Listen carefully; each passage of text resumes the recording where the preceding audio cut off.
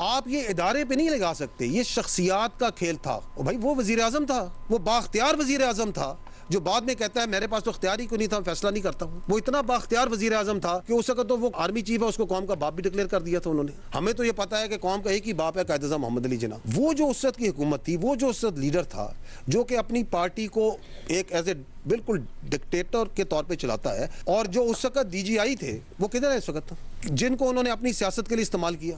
तो आप जो है ना उनको अंडर प्ले ना करें। वो जो अभी भी बैठ के कहते हैं कि ऑपरेशन नहीं होने देंगे, अभी भी कहते हैं कि बातचीत से मसला हल करो, वो जो खप्त उधर था वो खप्त अभी भी है। किसी की सियासत और किसी की ज़ात पाकिस्तान से बढ़कर नहीं, DG ISPR का दो टोक मौक़िफ़। मीडिया ब्रीफिंग में कहा वो बाइख्तियार वज़ीर आज़म था जो कहता था कि वो बेख्तियार था। वो इतना बाइख्तियार था कि उसने उस वक्त के आर्मी चीफ को कौम का बाप डिक्लेयर कर दिया था। ये बयानिया मज़े का खेज़ है कि हम बेख्तियार हैं, कोई फैसला नहीं कर सकते। हम तो ये समझते हैं कि कौम का एक ही बाप कायद आज़म मोहम्मद अली जिन्ना है। उस वक्त के DG ISI किधर हैं जिन्हें उसने सियासत के लिए इस्तेमाल किया। इस वक्त की हुकूमत एक शख्स के गिर्द घूमती थी, अब वो कहता है कि बातचीत करो। DG ISPR ने कहा कि उन्हें किसी सियासी जमात से कोई इशू नहीं, उनके लिए तमाम सियासी जमातें और सूबे बराबर हैं। आज की हुकूमत भी बाइख्तियार है और पहले की हुकूमतें भी बाइख्तियार थीं।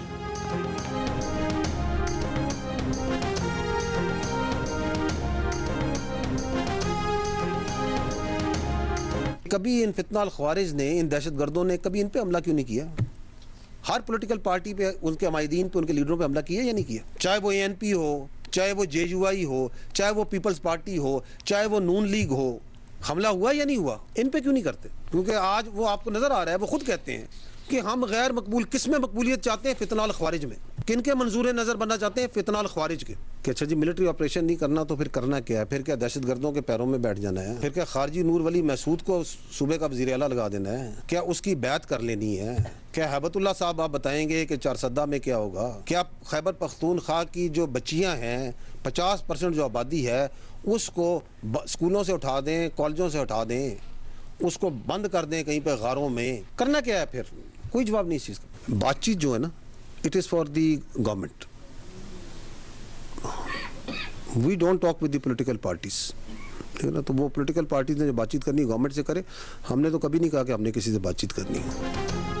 खैबर पख्तूनख्वा की हुकूमत ने सूबे में दहशतगर्दी के खिलाफ ऑपरेशन की मुखालिफत की। मिलिट्री ऑपरेशन नहीं करना तो क्या करना है? क्या दहशतगर्दों के पैरों में बैठ जाएं? DG ISPR की प्रेस कॉन्फ्रेंस। कहा दर्जन से ज्यादा दहशतगर्द तंजीमें अफगान तालिबान के जेर साया पल रही हैं। दुनिया भी यही कह रही है, सबको पता है, लेकिन खैबर पख्तूनख्वा की हुकूमत को नहीं पता।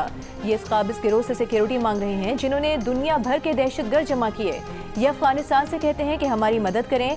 ये फितना खवारिज का मंजूर नजर बनना चाहते हैं। ये असेंबली में बैठकर झूठा बयानिया बनाते हैं। जब आपके पास कुछ ना हो तो आप इस तरह की बात करते हैं। पंजाब और बलूचिस्तान में अफगान मुहाजिर कैंप क्लियर हो गए। खैबर पख्तूनख्वा में मौजूद अफगान मुहाजिर कैंप अभी बाकी हैं। DG ISPR ने यह भी कहा कि फौज किसी सियासी जमात से बात नहीं करती, जिसे भी बात करनी है हुकूमत से करे।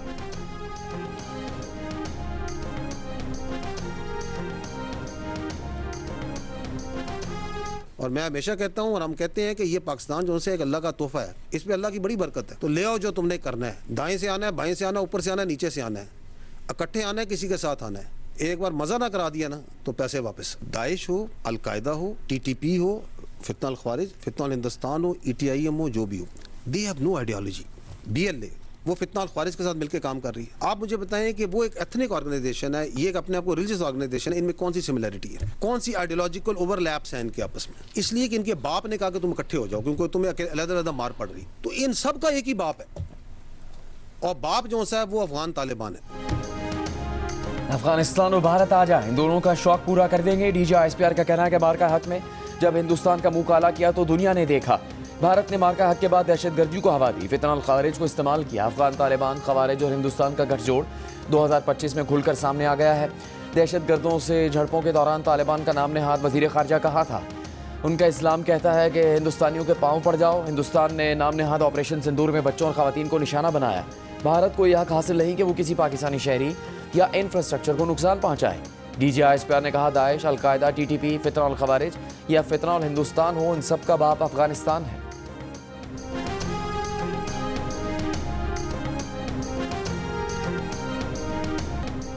अफगान तालिबान को मोदी की शक्ल में एक नया हीरो मिल गया है। मार्का हक के बाद से अफगान तालिबान हिंदुस्तान की प्रॉक्सी बने हुए हैं। DGISPR ने प्रेस कॉन्फ्रेंस में कहा कि अफगान हुकूमत के इक़्तिदार में आने के बाद से दुनिया भर के दहशतगर्द वहाँ मौजूद हैं। अफगान तालिबान वॉर इकॉनमी को चलाने के लिए दहशतगर्दी को स्पॉन्सर करते हैं। अफगानिस्तान में कई दहशतगर्द तंजीमों के सरगना और तरबियती कैंप मौजूद हैं। गुज़िश्ता साल 27 खुदकुश बम धमाके हुए। इन वाक़यात में सब के सब अफगान निकले। अफगानिस्तान को कई बार समझाया, ना समझने पर अफगानिस्तान में TTP को निशाना बनाया। हमारे पास तमाम दहशतगर्दों की मौजूदगी के सबूत हैं कि वो अफगानिस्तान में कहाँ हैं। 2025 में 16 दहशतगर्द हाई वैल्यू टारगेट्स थे। कानून नाफिज करने वाले इदारों ने 75,000 से जायद इंटेलिजेंस बेस्ड ऑपरेशन किए। इनमें से खैबर पख्तूनख्वा में 14,000 और बलूचिस्तान में 58,000 से जायद ऑपरेशन किए गए।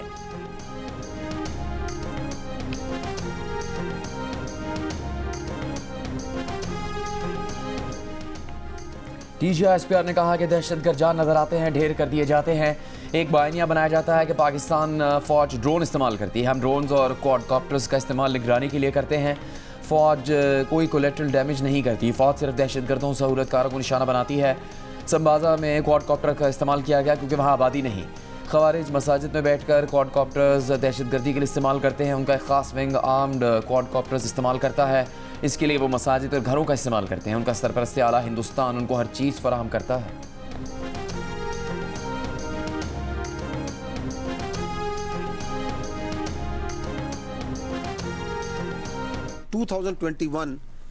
and the terrorism starts rising. Is it not so? नजर आ रहा है आपको? 761 दहशतगर्दी के वाकयात हुए 2021 में, 1020, 1811, 3014 होते हैं पिछले साल और इस साल 5397। सी दी अदर 2021 में 193 दहशतगर्द जहन्नम वासिल किए जाते हैं। 592 हमारी शहादतें होती हैं पाकिस्तानियों की, लॉ इन्फोर्समेंट सिविल की। ऑलमोस्ट एक दहशतगर्द के पीछे 3 शहीद। 2025 की तरफ निगाह डालें, 2597 दहशतगर्द जहन्नम वासिल किए जाते हैं। शहादतें जो हैं 1235। दैट मीन्स कि एक शहादत के पीछे 2 दहशतगर्द मारे जा रहे हैं। वहां एक दहशतगर्द के पीछे 3 शहादतें हैं। DGISPR लेफ्टिनेंट जनरल अहमद शरीफ चौधरी ने कहा है कि गुज़िश्ता साल कानून नाफिज करने वाले इदारों ने 75,175 इंटेलिजेंस बेस्ड ऑपरेशन किए। गुज़िश्ता बरस कुल शहादतें 1235 हुई। मुल्क में 2021 में दहशतगर्दी ने दोबारा सर उठाना शुरू किया। KP में सियासी तौर पर साजगार माहौल दहशतगर्दी के लिए फराहम किया जाता है। DGISPR ने कहा, खवारिज दायरे इस्लाम से खारिज हैं। ये कौम की जंग है, एक एक बच्चे की जंग है। मिलिट्री लीडरशिप और पॉलिटिकल लीडरशिप एक पेज पर है। सूबाई सियासी क़यादत को क्लैरिटी है कि दहशतगर्दी के नासूर से कैसे लड़ना है। DGISPR ने प्रेस कॉन्फ्रेंस में शहदा को खिराज अकीदत पेश किया।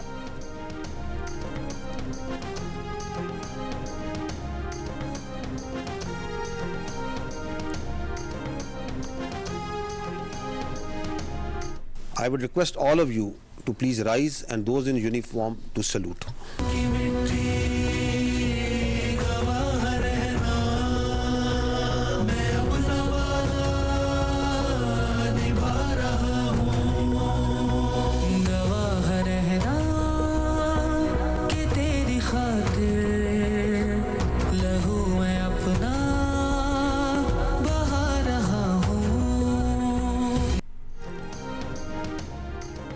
वज़ीर दिफा ख्वाजा आसिफ ने कहा कि भारत के साथ एक और जंग के लिए तैयार हैं। 2025 में भारत के खिलाफ जंग में कामयाबी के बाद इतने जहाज़ों के ऑर्डर मिल रहे हैं कि 6 माह में IMF को खुदा हाफिज कहने की पोजीशन में होंगे।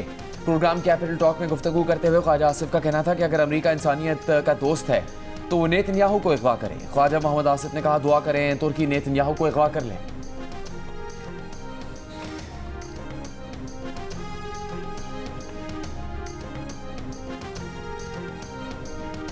बांग्लादेश की फ़ज़ाई दिफा मजबूत बनाने के लिए पाकिस्तान से राबता। JF-17 थंडर लड़ाका तैयारों की खरीदारी के लिए बांग्लादेश के एयर चीफ पाकिस्तान पहुंच गए। पाक फ़ज़ाया के सरबराह air chief marshal Zaheer Babar Sidhu से मुलाकात। ISPR के मुताबिक मुलाकात में JF-17 थंडर तैयारों की मुमकिन खरीदारी पर बात की गई। बांग्लादेशी एयर चीफ ने पाकिस्तानी एयर चीफ से बांग्लादेश के लड़ाका फ़ज़ाई बेड़े की देखभाल और मुरम्मत में मामलत की दरख्वास्त की। ये भी दरख्वास्त की कि बांग्लादेश के एयर डिफेंस रेडार सिस्टम को एयर सर्वेलेंस सिस्टम से मुंसलिक करने में ताउन किया जाए। पाकिस्तान के सरकारी दौरे पर आए बांग्लादेश एयरफोर्स चीफ को air chief marshal Zaheer Babar Sidhu ने बांग्लादेश एयरफोर्स की सलाहियतों में इजाफे के लिए ताउन की यकीन दहानी कराई और मुकम्मल तरबियती तवील मुद्दती माउन निज़ाम की फराहमी का भी यकीन दिलाया। एयर चीफ ने बांग्लादेश को सुपर मुशाक तरबियती तैयारों की जल्द फराहमी का भी यकीन दिलाया।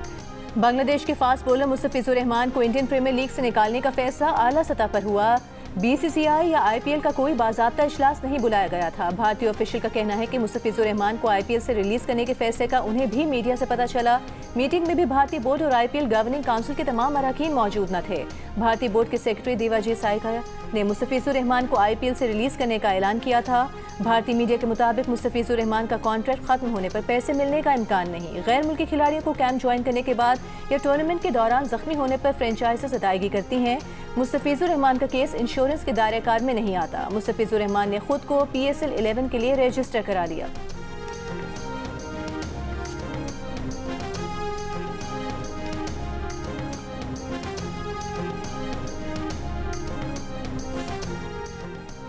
दस मई 2025 को पाक भारत जंगबंदी के मौके पर जयशंकर की अमरीकी हुकाम से मुलाकातों के लिए लॉबिंग फर्म इस्तेमाल किए जाने का इंकशाफ। भारतीय मीडिया के मुताबिक वाशिंगटन में भारतीय सिफारतखाने ने इन मुलाकातों के लिए सदर ट्रंप के करीबी साथी की लॉबिंग फर्म से राबता किया। लॉबिंग फर्म की महकमा इंसाफ में जमा करवाई गई दस्तावेजात के मुताबिक ये राबता Jaishankar, खारजा secretary Vikram Misri, deputy NSA पवन कुमार और वाशिंगटन में भारतीय सफीर विनय क्वार्टर की मुलाकातों के लिए किया गया। जिन अमरीकी हुकाम से मुलाकातें होनी थी उनमें white house chief of staff सूजी वाइल्स, अमरीका के तजारती नुमाइंदे जेमिसन ग्रेयर और नेशनल सिक्योरिटी काउंसिल के रिकी ईगल शामिल हैं। इन मुलाकातों का मकसद ऑपरेशन सिंदूर की मीडिया कवरेज पर बात करना था। एक भारतीय सहाफ़ी ने लिखा कि जयशंकर JD वेंस और पेट हेग्सेथ से बराह रास्त मुलाकात का बंदोबस्त ना कर सके, इसलिए लॉबिंग फर्म हायर करना पड़ी। प्राइम मिनिस्टर जब इस किस्म की ऑफर करते हैं तो वो उन्होंने इस्टेब्लिशमेंट को या अपने पार्टी लीडर को जो है वो एतमाद में लेके ही उन्होंने ऑफर किया, तो आप इसको एक्सेप्ट करें और आप बात शुरू करें। खान साहब जो है वो मुलाकात नहीं चाहते, मुज़ाकरात नहीं चाहते कि ये इससे उनको नुकसान होगा। न सिर्फ उनकी पार्टी की उनकी पॉपुलैरिटी या एग्जिस्टेंस जो है और ख़ास तौर पे जो उनकी हुकूमत है खैबर पख्तूनख्वा में, बिल्कुल ये दोनों जो है वो एट स्टेक होंगे।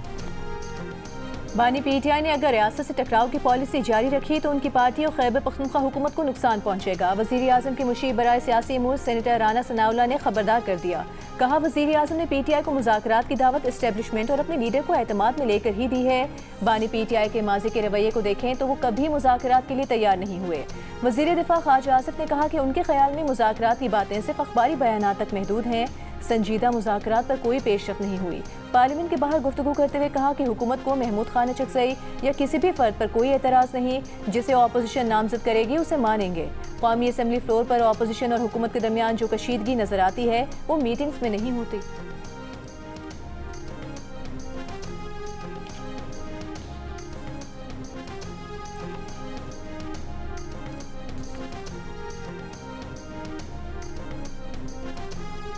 Chairman PTI barrister Gauhar Khan ने कहा कि मुज़ाकरात की बात अगर 5 बड़ों तक आ गई है तो इसे ना ही समझा जाए। 5 बड़े ना मुलाकात कर सकते हैं ना इसकी ज़रूरत है। पिंडी दागल नाके पर बात करते हुए बैरिस्टर गौहर ने कहा कि मुलाकात की भीख मांगने वालों ने उनके बयान को तोड़ मरोड़ कर पेश किया। Secretary general PTI barrister Salman Akram Raja का कहना था कि बानी के सिवा PTI का कोई और चेयरमैन नहीं। राना सना ने 5 बड़ों के बैठने की जो बात कही इसकी वजाहत होनी चाहिए।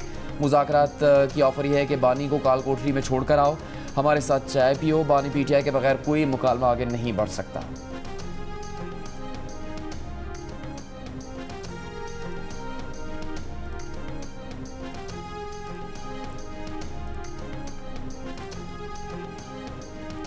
वज़ीर आज़म शहबाज शरीफ की निजकारी कमीशन को डिजिटाइज करने की हिदायत। कहा, कौमी एयरलाइन की निजकारी बारिश का पहला खतरा है।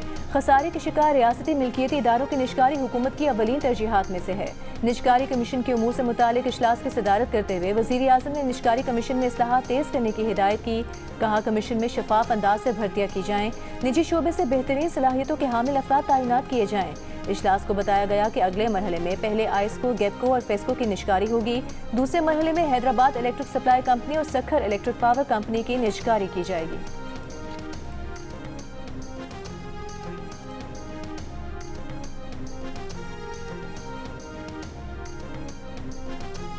वजीर पेट्रोलियम अली परवेज़ मलिक का कहना है कि गैस की कीमतें नहीं बढ़ा रहे। गैस की कीमतों में अगले 6 माह तक कोई इजाफा नहीं होगा।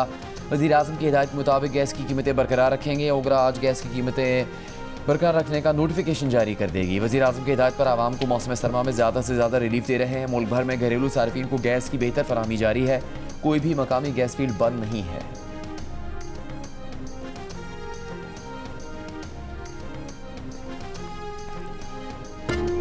तुम्हारे अपने वर्जन के मुताबिक तुम्हारा अफेयर था सहर के साथ। फ्लर्ट बातों बातों में था, इसके अलावा और कुछ भी नहीं था हमारे बीच में। तो फिर सहर ने तुम पे झूठा रेप का इल्जाम क्यों लगाया? लंबी कहानी, फिर कभी से। मिस्टर कामरान हैदर, आप पर इल्जाम है कि आपने शहर मुअज्जम को रेप का निशाना बनाया। तुम बहुत बड़ी झूठी और फ्रॉड औरत हो सहर। ये बात जाके रोहित और किरण को बताओ। उसको क्या समझा? मैं तो वो बदकिस्मत हूँ जिसकी अपनी बीवी, मेरी प्यारी सी बेटी की माँ, मेरी बेहतरीन दोस्त, मेरी जिंदगी, मेरी मोहब्बत तुम लोगों के साथ मिलकर जियो टेलीविजन के ड्रामा सीरियल केस नंबर 9 ड्रामाई मोड़ इख्तियार कर गई। क्या रेप का शिकार होने वाली सहर के साथ कामरान की लाइव शो में एंट्री केस का जाविया बदल देगी? सीनियर सहाफ़ी और जियो न्यूज़ के senior anchor person Shahzeb Khanzada के कलम का शाहकार ड्रामा सीरियल केस नंबर 9 की सेकंड लास्ट किस्त देखिए कल रात 8 बजे सिर्फ जियो पर।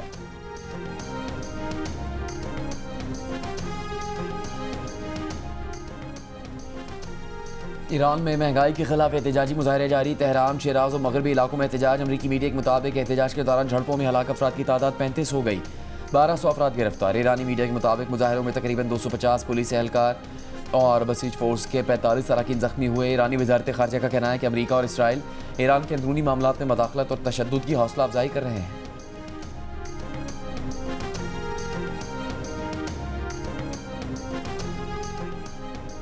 अमरीकी सदर ट्रंप का कहना है कि अमरीका वेनेजुएला के साथ हालत जंग में नहीं है। वेनेजुएला में अगले 30 दिन के दौरान नए इलेक्शन नहीं होंगे। अमरीकी फौज दोबारा वेनेजुएला भेजने के लिए कानून साजी की जरूरत नहीं। वेनेजुएला में तवानाई इंफ्रास्ट्रक्चर की तामीर नौ के लिए ऑयल कंपनियों को सब्सिडाइज कर सकते हैं। वेनेजुएला के दारुल हुकूमत कैराकस में बगैर इजाजत परवाज करने वाले ड्रोन्स पर पुलिस की फायरिंग, हुकूमती इमारतों को खाली करा लिया गया।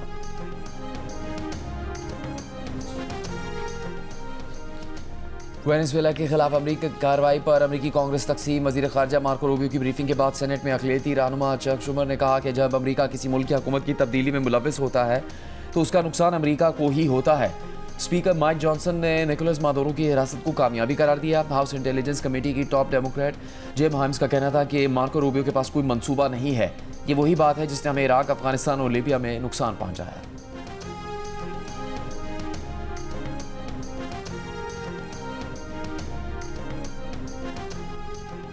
सलामती काउंसिल में पाकिस्तान का वेनेजुएला में अमरीकी कार्रवाई पर तशवीश का इजहार। कायम मुकाम मंदूब उस्मान जदून ने कहा कि एकतरफा फौजी कार्रवाई यूएन चार्टर और रियासती खुदमुख्तारी के नजरिए की खिलाफ वर्जी है। ऐसे इक़दाम गैर मुतवक्के और बेकाबू नताइज का सबब बन सकते हैं। इस नाजुक मरहले पर आगे बढ़ने का वाहिद रास्ता मुकालमा और सिफारतकारी होना चाहिए। कैरेबियन खिते में अदम इस्तेहकाम इलाकाई और बैनुल अक़वामी अमन व सलामती के लिए नेक शगुन नहीं।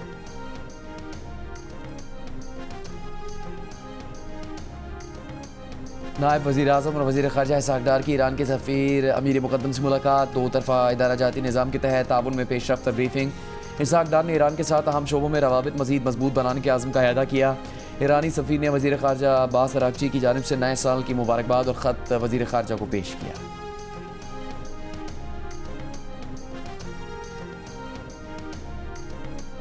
विफाकी वज़ीर दाखिला मोहसिन नकवी का शंघाई के शहरी मनसूबाबंदी हेडक्वार्टर्स का दौरा। कहा शंघाई की तरक्की हर शहर के लिए काबिल तकलीद है। इस्लामाबाद को भी शंघाई की तर्ज पर तरक्की देना चाहते हैं। शंघाई की तेज़ रफ्तार तरक्की से इस्तेफादा करने के लिए फौरी इक़दाम करेंगे। मोहसिन नकवी ने शंघाई अर्बन प्लानिंग के तहत शहर का निज़ाम मरबूत और फूल प्रूफ बनाने के इक़दाम को सराहा।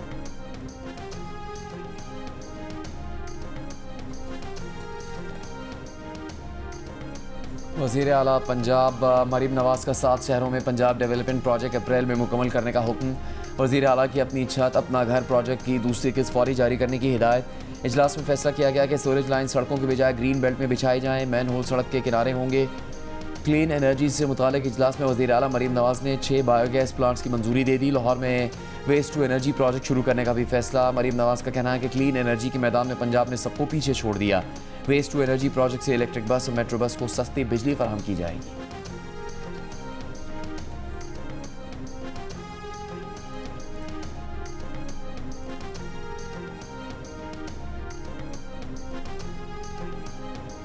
PTI ने कराची में मज़ार-ए-क़ायद पर वज़ीर आला खैबर पख्तूनख्वा सुहेल आफरीदी के जलसे की इजाज़त मांग ली। DCs को खत लिखकर PTI कराची के सदर ने कहा कि 11 जनवरी को सुहेल आफरीदी जलसे से खिताब करना चाहते हैं, इजाज़त दी जाए, जलसा पुरअमन होगा और ज़ाब्ते अखलाक पर मुकम्मल अमल दरामद किया जाएगा।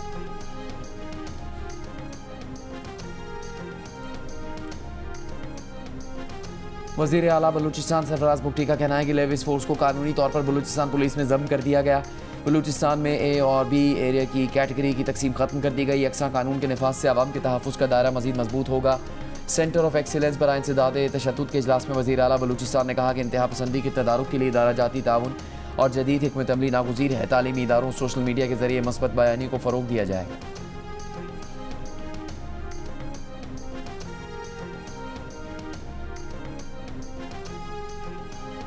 कराची डेवलपमेंट अथॉरिटी में बेकायदगियों पर कायम मुकाम director general KDA Kashif Khan को ओहदे से हटा दिया गया। वज़ीर बल्दियात से नासिर हुसैन शाह ने डायरेक्टर लैंड मैनेजमेंट मुराद अब्बासी और डायरेक्टर रिकवरीज आरिफ शाह को भी ओहदे से हटा दिया। नासिर हुसैन शाह ने बताया कि AT हुकाम ज़मीनों के टाइटल गैर कानूनी तौर पर तब्दील करने में मुलविस पाए गए। तहकीकात के नतीजे में मज़ीद अफसरान के खिलाफ भी कार्रवाई की जाएगी।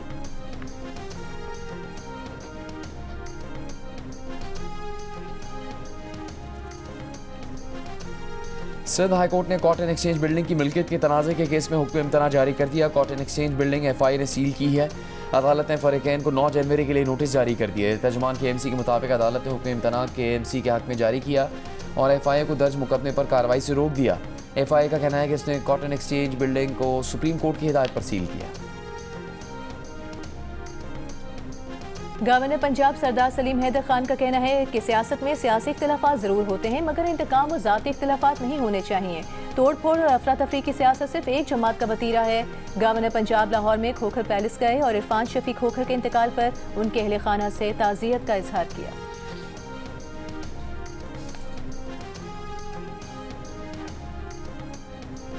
पाकिस्तान और श्रीलंका के दरमियान पहला T20 इंटरनेशनल कल खेला जाएगा। पाकिस्तान टीम का दम्बोला में पहला ट्रेनिंग सेशन बारिश के बायस मनसूख कर दिया गया। कप्तान सलमान अली आका का कहना है कि श्रीलंका के खिलाफ सीरीज खेलने के लिए एक अच्छी टीम बनकर आए हैं। दम्बोला में प्रेस कॉन्फ्रेंस करते हुए सलमान अली आका का कहना था कि उम्मीद है खिलाड़ी अच्छा परफॉर्म करेंगे। वर्ल्ड कप से पहले यहाँ के मौसम और कंडीशन से हम आहंगी हो जाएगी। गुज़श्ता 3 रोज़ से दम्बोला में वक्फे से बारिश का सिलसिला जारी, अलबत्ता मैच वाले दिन बारिश का इम्कान बहुत कम है।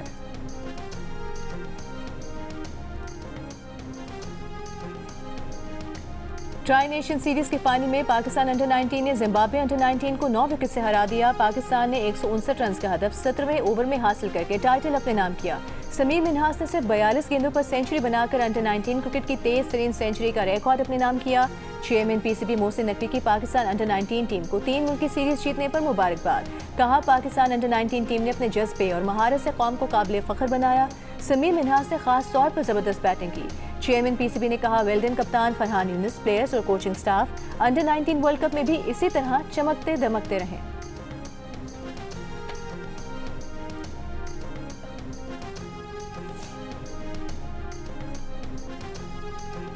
पाकिस्तान में पहली बार होने वाली PSA की गोल्ड चैंपियनशिप के मुकाबले कराची में शुरू हो गए। पहले रोज पाकिस्तान के नंबर 1 प्लेयर नूर जमान ने अपना मैच जीत लिया। नासिर इकबाल ने मिस्री खिलाड़ी को 2-0 से खसारे में जाने के बाद अपसेट शिकस्त दी। अच्छा अफगान ने भी पहला मैच जीत लिया। पाकिस्तान की दोनों वुमेन्स खिलाड़ियों को पहले राउंड में शिकस्त का सामना करना पड़ा। प्री क्वार्टर फाइनल कल से शुरू होंगे। जियो सुपर से मैचेस बराह रास्त नशर किए गए।